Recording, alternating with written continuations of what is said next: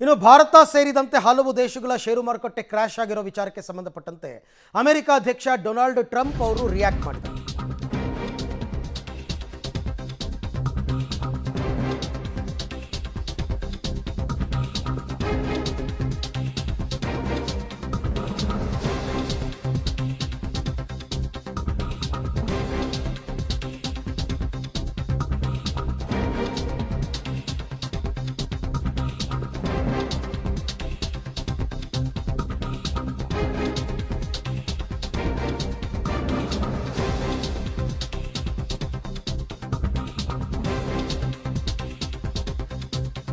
ಅಮೆರಿಕದಿಂದ ಹೊಸ ಟ್ಯಾರಿಫ್ ನೀತಿ ಘೋಷಣೆಯಾದ ಹಿನ್ನೆಲೆಯಲ್ಲಿ ಭಾರತ ಸೇರಿದಂತೆ ಹಲವು ದೇಶಗಳ ಷೇರು ಮಾರುಕಟ್ಟೆ ಕ್ರ್ಯಾಶ್ ಆಗಿದೆ.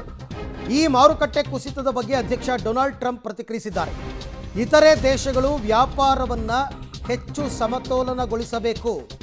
ಮಾರುಕಟ್ಟೆಗಳು ಕುಸಿಯುವುದನ್ನು ತಾವು ಬಯಸೋದಿಲ್ಲ, ಆದರೆ ಅಲ್ಪಾವಧಿಯ ನಷ್ಟಗಳ ಬಗ್ಗೆನೂ ನಾನು ಚಿಂತಿಸೋದಿಲ್ಲ. ಜೊತೆಗೆ ಹೊಸ ಸುಂಕ ನೀತಿಯಿಂದ ಹಿಂದೆ ಸರಿಯುವ ಪ್ರಶ್ನೆಯೇ ಇಲ್ಲ ಅಂತ ಅಮೆರಿಕ ಅಧ್ಯಕ್ಷ ಟ್ರಂಪ್ ಅವರು ಸ್ಪಷ್ಟನೆ ಕೊಟ್ಟಿದ್ದಾರೆ. ಅಲ್ಲಿಗೆ ನನ್ನ ದಾರಿ ನನಗೆ, ನಿಮ್ಮ ದಾರಿ ನಿಮಗೆ ಅನ್ನೋ ರೀತಿ ಬೇರೆ ರಾಷ್ಟ್ರಗಳಿಗೆ ಅವರು ಸೂಚನೆಯನ್ನು ಕೊಟ್ಟಿದ್ದಾರೆ.